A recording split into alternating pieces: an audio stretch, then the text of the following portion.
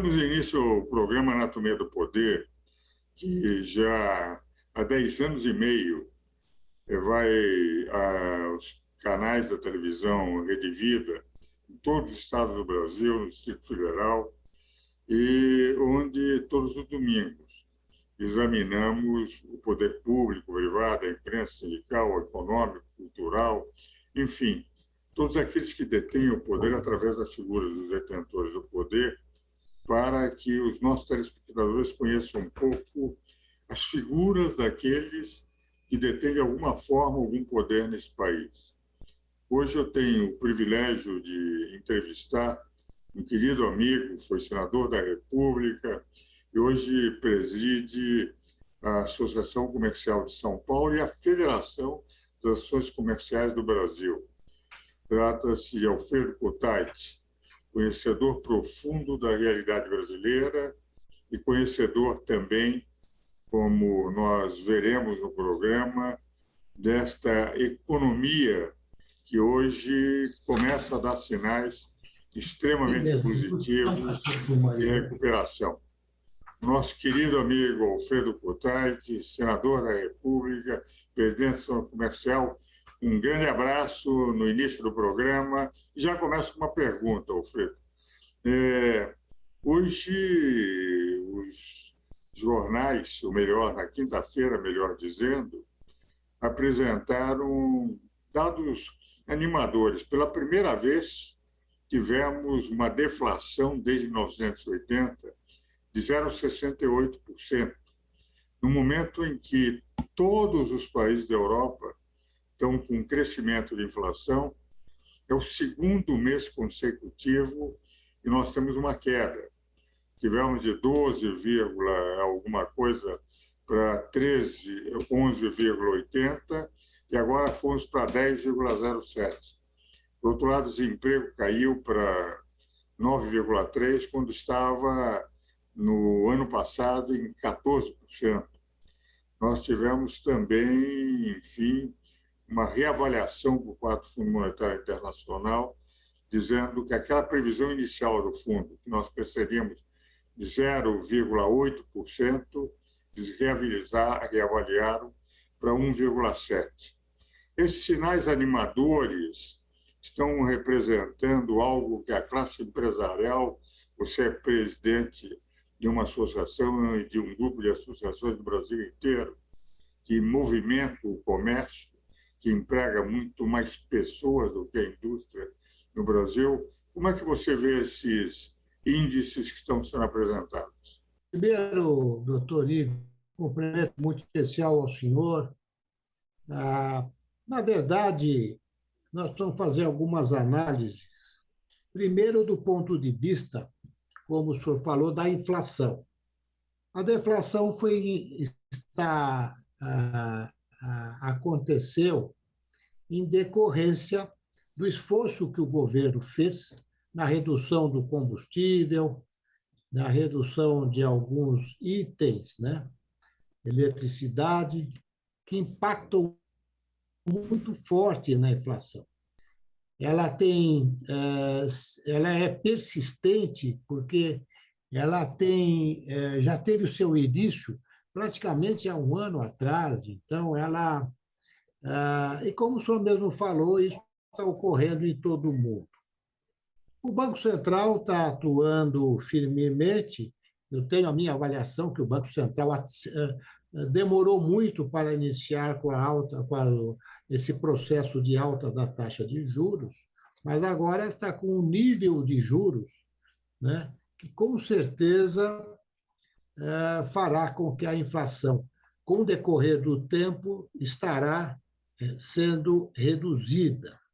Isso é muito importante, porque o senhor sabe que a inflação ela é um malefício para toda a sociedade, não só, principalmente para os menos favorecidos, mas, de uma forma geral, a inflação é um dano para a sociedade e o algoz da economia.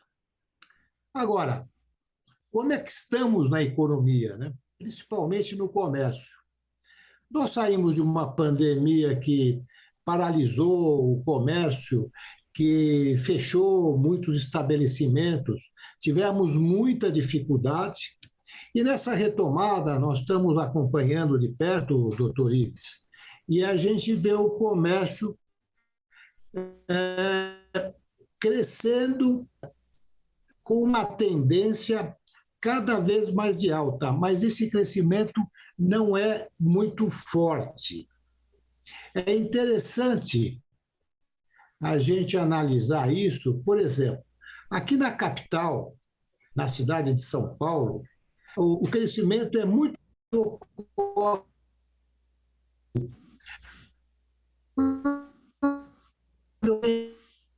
é exatamente essa questão da renda que tem ocasionado isso.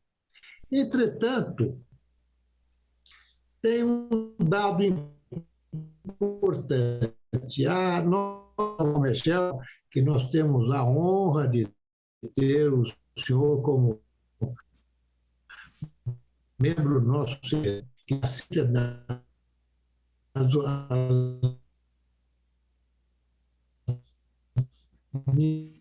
as orientações para que a gente, julho, que foi o último, mostra que ele é ascendente.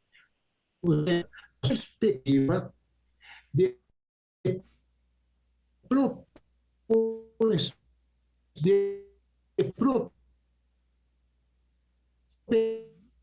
propensão a consumir das pessoas, principalmente agora, mais do ano anterior.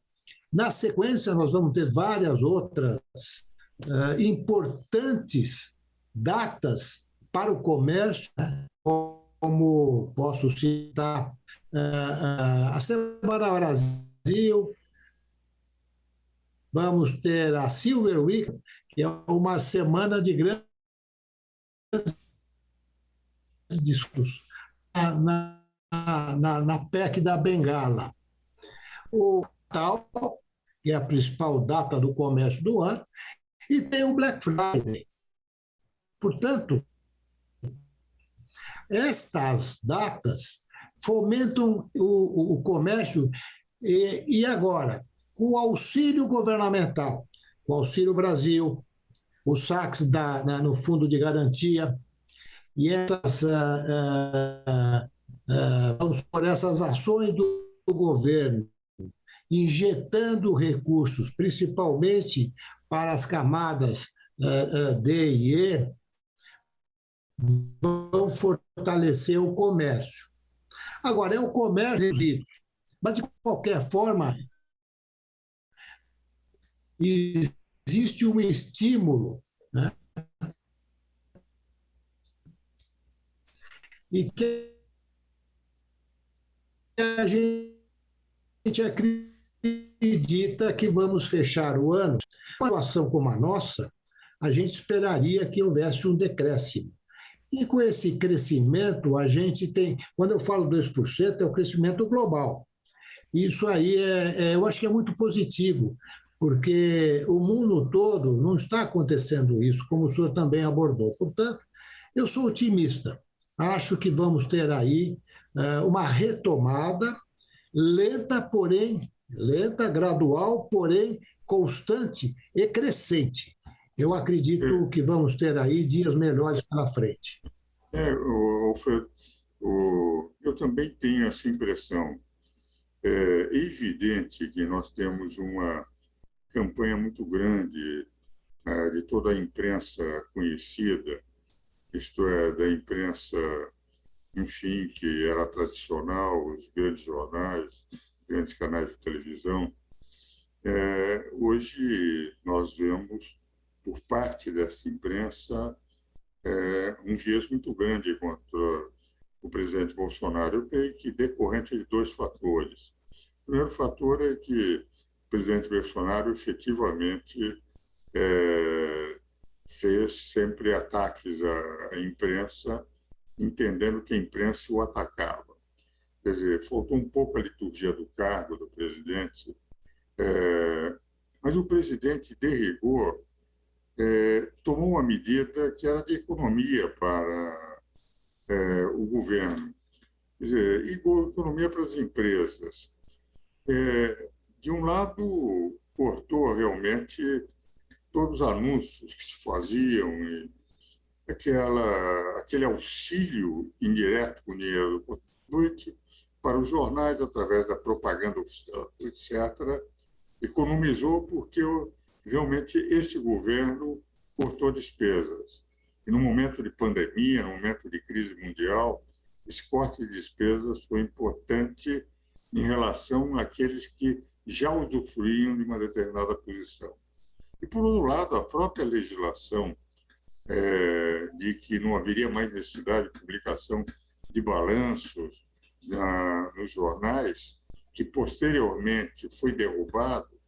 Mas, se nós analisarmos, a legislação anterior, que obrigava a publicação dos balanços das grandes empresas, que era a época que não havia internet, não havia nenhuma comunicação digital, se compreendia, era tornar público o balanço das sociedades anônimas e principalmente sociedades de capital aberto.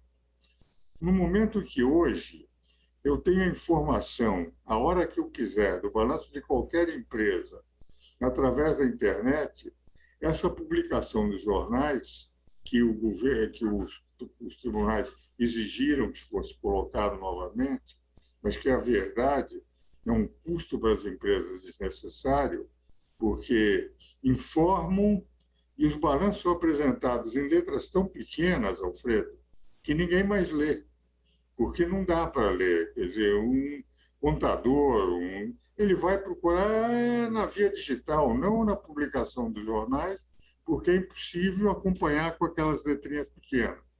Mas continuou com isso a financiar. Mas esse não financiamento da imprensa, considerada a imprensa clássica, fez com que os ataques de um lado e o corte de financiamento de outro pusesse toda a imprensa oficial contra o governo federal. Com exceção do jornal da Gazeta do Povo, nós sentimos que não há, digamos, uma simpatia dos órgãos de imprensa pelo presidente. E, por essa razão, cada vez que vem dados positivos, a notícia embaixo é o seguinte: apesar de serem positivos os dados, o país piorará. Então, são todos profetas do caos. Não apresenta o seguinte: vamos aproveitar isso para a nação se reanimar e crescer. É sempre a crítica sobre um futuro que é, evidentemente, uma previsão, que qualquer um pode fazer a previsão que quiser sobre o futuro, na medida que até faltam sempre dados mais concretos, a não ser de que a situação está difícil, etc.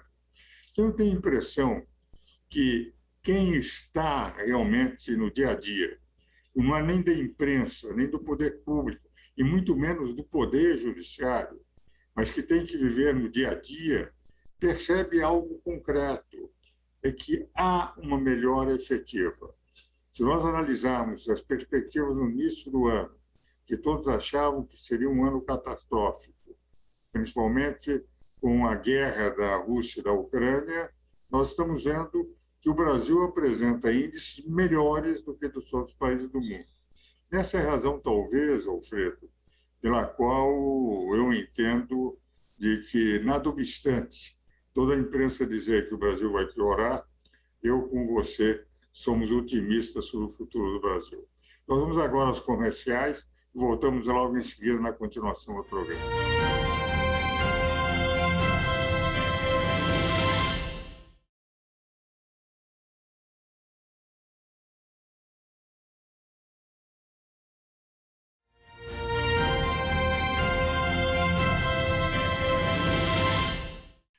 Damos continuidade ao programa, hoje entrevistando o senador Alfredo Potaiti, presidente da Ação Comercial de São Paulo e presidente da Federação das Ações Comerciais do Brasil. É bom mostrar o que representam as associações comerciais, que, na verdade, as associações comerciais é a congregação espontânea dos comerciantes em associações de classe que podem ter uma liberdade que nem sempre os sindicatos, as federações têm, porque são órgãos chamado direito corporativo, do direito sindical, do direito vinculado à ordem social, e, por essa razão, com algumas restrições próprias que a legislação impõe a essas instituições, algo que não tem em relação às associações comerciais com liberdade. Basta dizer que a Associação de São Paulo tem mais de uma centena de anos. Como eu faço em todo o programa, meu caro Alfredo, eu ofereço um livro. Eu vou lhe enviar um livro que é interessante na discussão que, de novo, se coloca no Brasil sobre distribuição de dividendos, sobre renda, é Tributação sobre a Receita. Eu coordenei o livro com um estudo inicial de Humberto Ávila, com mais ou menos 20 e poucos professores de todo o Brasil, analisando o que é a receita e o que deve ser tributado efetivamente. Mandar-lhe-ei, como eu faço em todo o programa, o livro amanhã.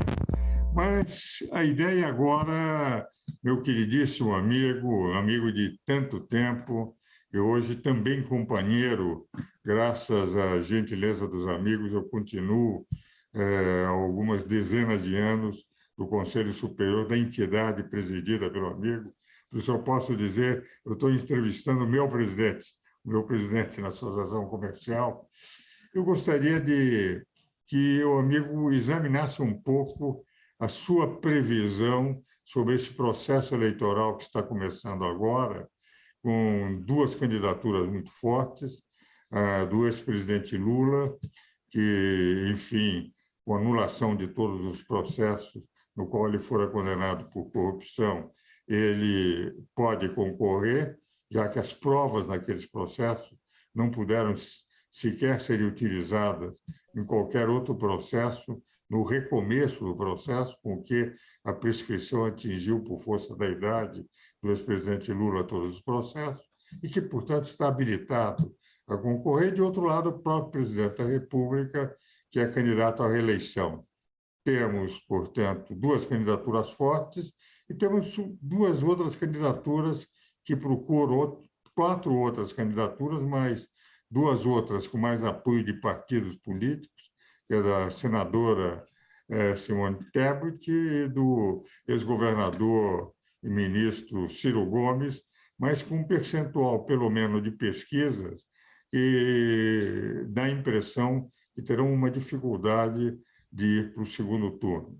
Como é que o amigo vê esse cenário no intento de debate que vai ser bastante acolorado e as perspectivas do Brasil, e se achar que vale a pena dar um prognóstico ou apenas fazer uma análise do ambiente, sinta-se absolutamente à vontade, porque, além de um empresário e presidente da Federação de todas as Associações Comerciais do Brasil, foi senador da República e está acostumado ao debate político mais do que qualquer um. Bom, primeiramente, doutor Ives, queria agradecer o livro. Eu acho que o tema tributário é um tema que vai permear todo o próximo ano. Ele é fundamental que a gente faça uma reforma tributária, mas uma reforma tributária que reduza impostos e não rebaixe de um setor e onere o outro, como as propostas que estão aí formuladas e correndo pelo Congresso Nacional. E a sua participação, a sua orientação será. Prefiro iniciar dizendo disputa eleitoral presidencial, né, com este conflito que existe entre os dois candidatos, né, numa radicalização que não é compatível, né, com um país como o Brasil. Eu não sei se vai acabar bem essa eleição do ponto de vista do conflito entre os grupos, né, que estão aí,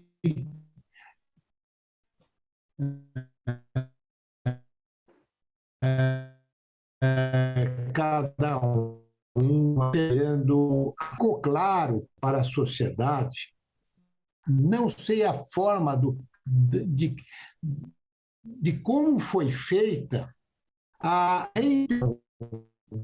do ex-presidente Lula, dando a ele condições. É um processo na qual, sinceramente, até agora eu não entendi, né? Eu não vou entrar no mérito da discussão jurídica, mas, de qualquer forma, as instâncias do nosso judiciário o condenaram.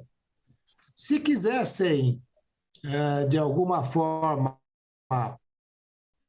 liberaram das condições de prisão, muito aceitável, né? Mesmo porque um ex-presidente que merece também sempre o nosso respeito, mas voltar a dar a ele as condições de poder se participar de uma eleição é realmente muito estranho, né?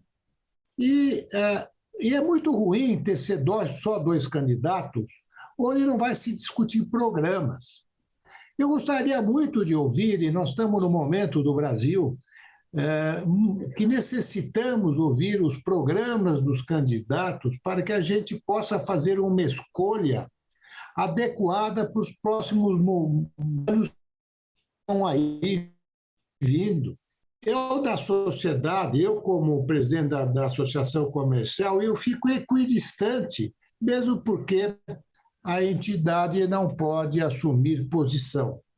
Porém, dentro do que se apresenta, eu avalio muito bom o governo Bolsonaro.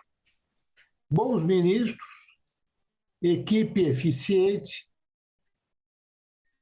Acho o ministro, o presidente do Banco Central, Roberto Campos Neto, também tem desempenhado um papel criando inovações, novidades. Então, se analisar a gestão que foi feita nesse governo, eu pessoalmente considero muito boa. E se me perguntasse se eu acho que ela deveria continuar, pelo que se apresenta, eu falaria que eu acho que deveria continuar. Independente, na verdade, doutor Ives, de fazer uma análise dos candidatos, porque os candidatos não apresentam programas e nem quero entrar do ponto de vista da avaliação pessoal de cada um. Eu me atenho ao que eu considero uma boa gestão e que tem, dentro dos méritos, como a reeleição na verdade, uma avaliação se o governo deve continuar ou não, na minha opinião, esse governo, pela gestão que está sendo feita, deve continuar. Portanto, sem entrar no mérito da disputa política, eu fico muito. Vamos considerar, né, que as nossas instituições seu papel no devido momento. Portanto, vamos aguardar. É um momento preocupante. Acredito que é uma disputa de dois candidatos desde o primeiro turno que não dê alternativas, como o senhor mesmo falou, a terceira via ela não existe. Vai acirrar muito essa radicalização. Vamos aguardar, né, doutor Ive? É um momento muito delicado do nosso país. Senador, eu tenho a mesma impressão, meu amigo. Do ponto de vista de governo, eu também acho que, levando em consideração que 3 anos dos 4 anos do governo foi em crise internacional, crise mundial. No segundo ano, ele teve que combater a Covid, que durou 2 anos, com lockdowns de todos os governos de Estado, apesar da Constituição dizer que toda a política de combate às calamidades públicas teria que ser da União, estabelecendo um critério. O Supremo não deixou que fosse a União estabelecer o critério, logo de início deu liberdade a todos os estados, falando de competência concorrente, o que tirou a possibilidade de termos um plano nacional de combate, o que seria muito mais útil. Estados e municípios. Por outro lado, como os estados e municípios combateram? Com dinheiro próprio, não.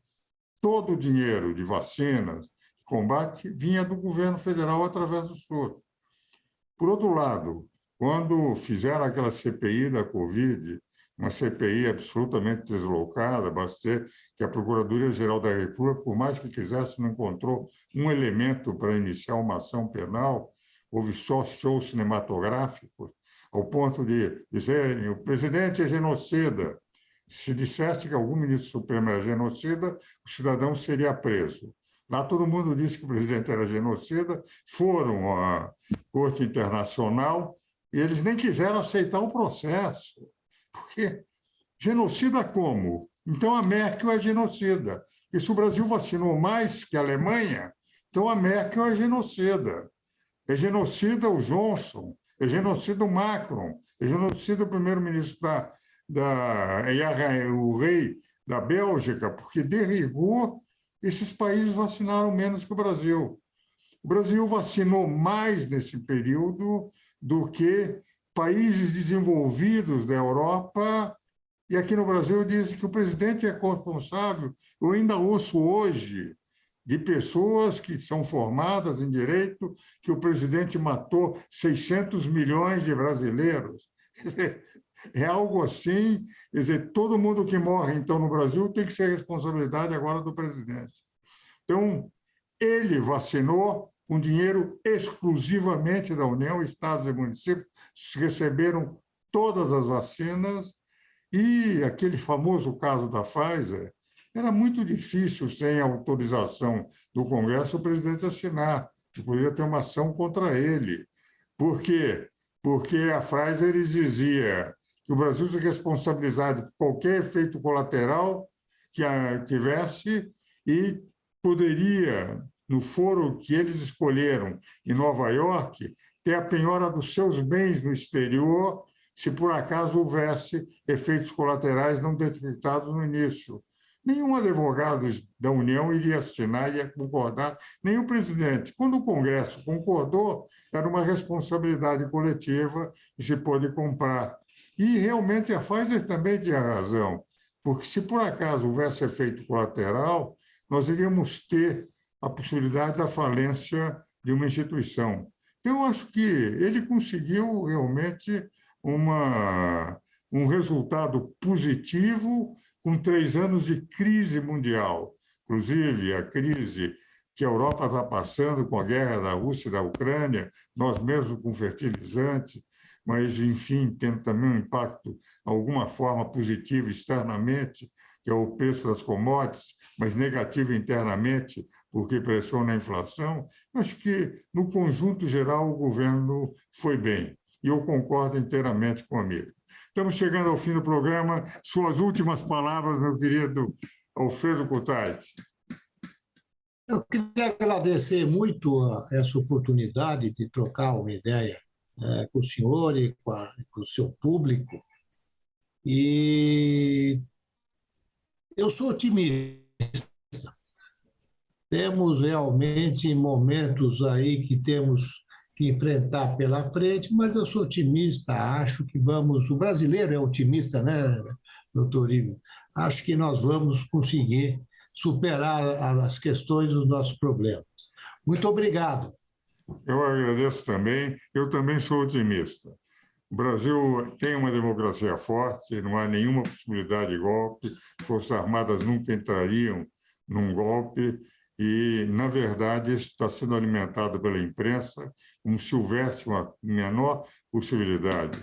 Um professor da Escola do Comando de Estado-Maior do Exército, há 33 anos, conheço bem a mentalidade dos nossos generais, que dão aulas de direito constitucional para aqueles coronéis que vão ser generais no fim do ano, e sei perfeitamente que não há nenhum risco de golpe, nós estamos em plena democracia, vamos ter uma discussão acalorada, mas eu confio no Brasil e, como meu querido amigo, senador Alfredo Coutat, eu também sou otimista.